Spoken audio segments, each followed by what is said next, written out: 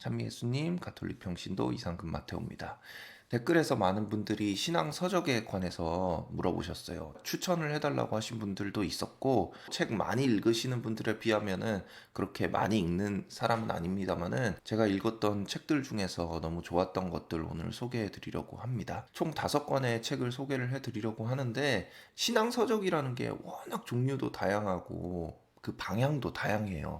어떤 거는 굉장히 영성에 초점이 맞춰져 있는 책도 있고, 또 다른 책들은 굉장히 이론적이고 신학에 집중되어 있는 책들도 있고, 혹은 또 실생활에 굉장히 접목이 되어 있는 그런 책들도 있어서 정말 사람마다 맞는 책이 다르고 그 와닿는 책이 다를 수가 있거든요. 그래서 오늘 소개해드리는 책은 많은 분들에게 도움이 될 거라고 생각하는 책들이기는 하지만 제 설명 들어보시고 요거는 좋겠구나 하는 것을 보시면 좋을 것 같아요.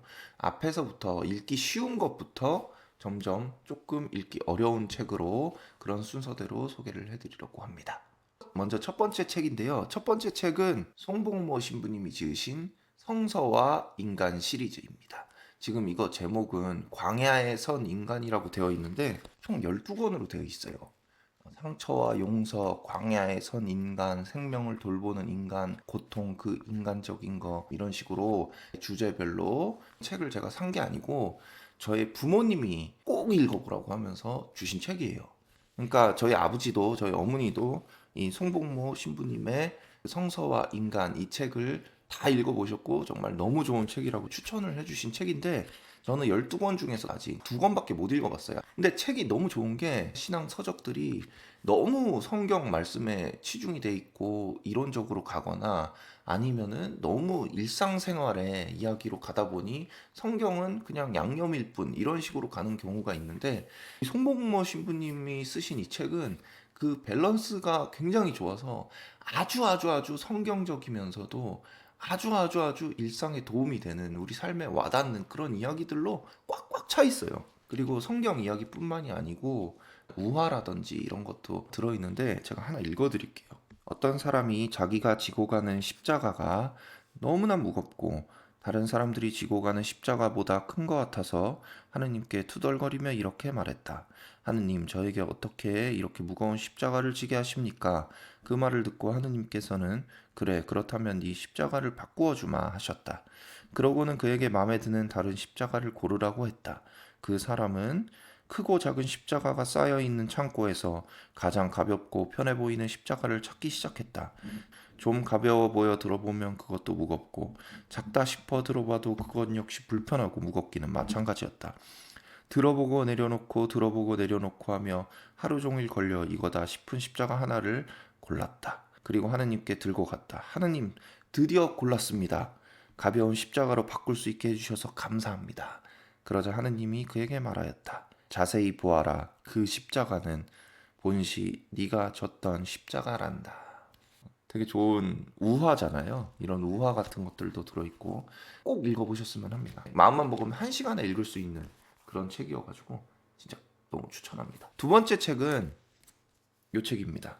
가톨릭 신앙의 40가지 보물. 제가 지난번에 아주 짤막하게 다른 영상에서 이 책에 관한 내용을 언급한 적이 있는데 제가 성호경이 얼마나 좋은 기도인지를 설명하면서 성부와 성자와 성령의 이름으로 아멘 할 때 성부께서 성자를 내려주시고 우리가 왼쪽에서 오른편으로 지옥에서 천국으로 넘어갑니다. 그런 내용이 있다고 말씀드린 적이 있는데 그 내용이 이 책에서 온 내용이에요.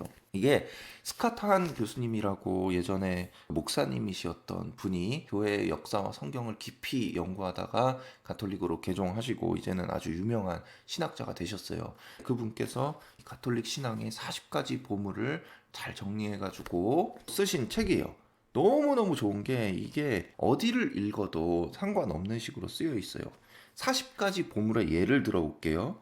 성수, 십자, 성호, 세례, 미사, 수호천사, 대림시기와 성탄절, 삼종기도, 성경 공부, 피정, 성인들의 전구, 묵주기도 이런 식으로 제가 말씀드린 거 말고도 총 40가지의 우리 가톨릭 교회가 가지고 있는 보물들이 잘 정리되어 있고 각각의 항목마다 성경 이야기와 우리의 전통과 교부들의 가르침과 또 일상이 잘 버무러져 가지고 잘 정리를 해두었어요. 그래서 뭐 예를 들어 가지고 내가 묵주기도에 관심이 많다 그러면 묵주기도 항목부터 먼저 읽어봐도 되고, 성수가 뭔지 궁금하다 그러면 성수 항목부터 읽어봐도 되는 그런 책이에요.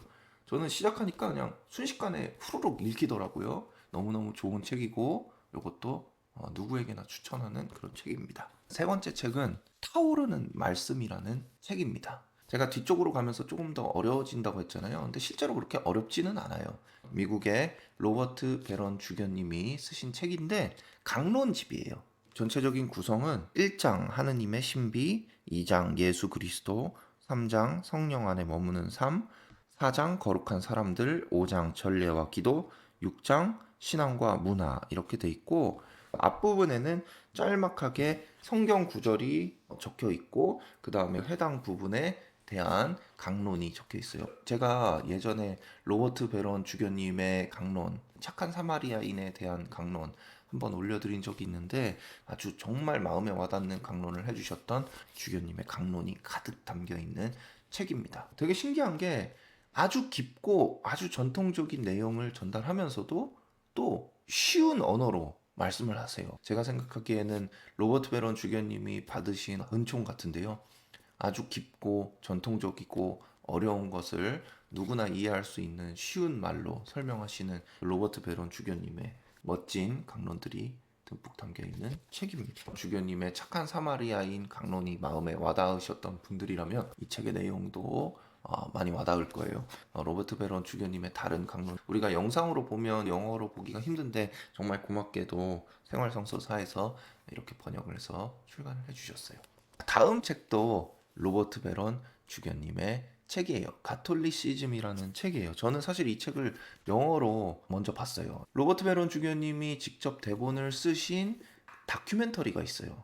가톨릭시즘이라는 다큐멘터리가 있고, 가톨릭이 가지고 있는 성지라든지 성인들이라든지 우리의 기도문이라든지 교부들의 가르침이라든지 이런 것들이 아주 가득 담겨 있는 책이에요. 이거를 다큐멘터리랑 같이 보면은 정말 좋을 텐데 제가 찾아본 바로는 한국말로 된 이 가톨리시즘 다큐멘터리를 지금 현재 볼 수 있는 방법이 없더라고요. 예전에 평화방송에서 방송을 한 적은 있는 것으로 알고 있는데 어떻게 보는지를 모르겠어요. 어떻게 볼 수 있는지 댓글로 알려주시면 굉장히 도움이 될 것 같아요.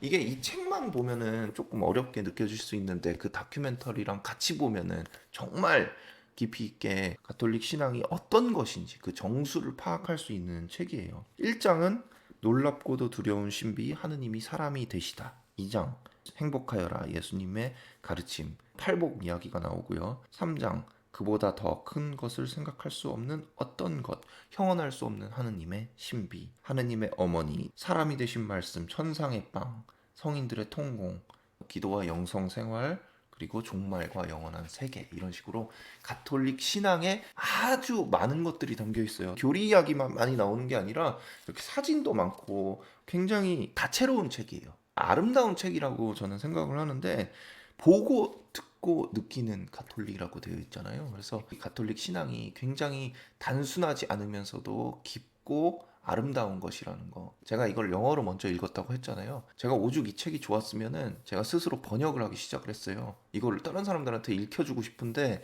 영어로 된 책을 보라고 할 수가 없으니까 70% 60% 번역을 했어요. 낑낑거리면서 타이핑을 하면서. 근데 책이 출시됐어요.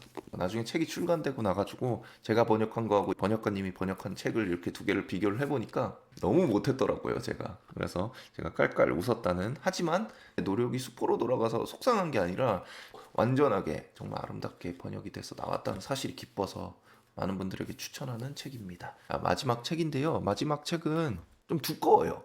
사실 어렵다기보다 두꺼워서 지금 제가 읽고 있는 책입니다. 한 30% 정도 읽었는데 그 읽으면서 너무 마음에 와닿아서 7극이라는 책이에요. 우리 와이프하고 성경 읽기 같이 하시는 자매님이 와이프에게 추천을 해주셔가지고 제가 얼떨결에 읽어보게 됐는데, 사도세자가 읽고 이익과 정약용을 서학으로 이끈 책이라고 되어 있죠. 그리고 마음을 다스리는 7가지 성찰, 교만, 질투, 탐욕, 분노, 식탐, 음란, 나태, 인간의 7가지 욕망을 극복하는 방법이라고 되어 있어요. 너무 놀라운 게 뭐냐면 이 책을 누가 썼냐면 스페인 선교사이며 예수회의 일원이셨던 판토아라는 분이 쓰신 책입니다. 근데 너무 신기한 게 스페인 말로 쓴 책이 아니라 중국어로 쓴 책이에요. 왜 중국어로 썼냐? 동방 선교의 꿈을 안고 1601년에 북경에 도착하셨대요. 중국어를 배우고 공부를 해가지고 중국 사람들한테 이 가톨릭 신앙을 전해야 되니까 이솝 우화, 성경, 서양 철학자, 현인, 교부, 성인들의 어록을 전부 버무려서 중국어로 쓰신 책이에요. 중국 사람들한테. 그래서 여기 보면은 굉장히 동양 사람들의 마음에 와닿게 낯선 서양의 종교가 아니라 동양 사람들이 쉽게 이해하면서도 신앙을 받아들일 수 있도록 7가지 죄악에 대해서 하나씩 하나씩 파헤치고 있는 책이에요. 이런 식으로 돼 있어요. 1.64 성 프란치스코는 덕행이 가장 훌륭해 칭찬과 기림이 대단했다. 어떤 사람이 일부러 나쁜 이름을 그에게 씌우자 성인이 고마움을 표하며 말했다. 내가 스스로 그런 점이 있습니다. 당신처럼 나를 아는 사람은 처음입니다. 라고. 성인께서 자기를 욕되게 부르는 사람을 오히려 고마웠게 여겼다는 그런 내용이죠. 7가지 죄악에 관련된 책이다 보니까 양심 성찰할 때 읽기가 좋고 사람마다 다르겠지만 이겨내야 되는 죄악이 있으면은 그런 부분부터 먼저 읽어도 좋을 것 같고 저는 1장 교만 파트를 읽는데 너무 양심이 산산이 분해되는 것 같아서 조금씩 읽고 있어요. 하루에 조금씩 읽어보면서 보고 있습니다. 중국 사람들이 이런 식으로 쓰여진 책 때문에 학문처럼 서양의 신앙을 가톨릭 신앙을 받아들일 수 있었구나. 정말 대단한 게 아니 어떻게 스페인에서 건너간 분이 중국어로 인터넷도 없고 어학 강좌도 없던 시절에 어떻게 이렇게 대단한 책을 썼는지 감탄을 그지 못했거든요. 한번 읽어보시면 좋을 것 같은 그런 책이라서 소개해드렸습니다. 주변에도 유교라든지 현인들의 가르침이라든지 불교나 유교의 사상 같은 데는 굉장히 오픈 마인드인데 가톨릭 신앙이라든지 서양의 신앙에는 조금 거리를 두는 분들이 있잖아요. 그런 분들에게 추천할 수 있는 책이기도 해요. 유일한 단점은 좀 두꺼워요.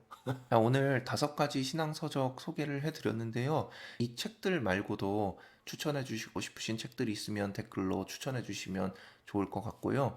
또 제가 추천해 드린 책들 이미 읽으신 분들이 있으면은 후기를 남겨주시면 다른 분들이 이 책들을 볼지 말지 살지 말지 결정하는 데 도움이 될 것 같습니다. 자, 오늘 영상 유익하게 보셨다면 좋아요 눌러주시고 지금 고통 중에 있는 많은 분들을 위해 기도 부탁드립니다. 아멘.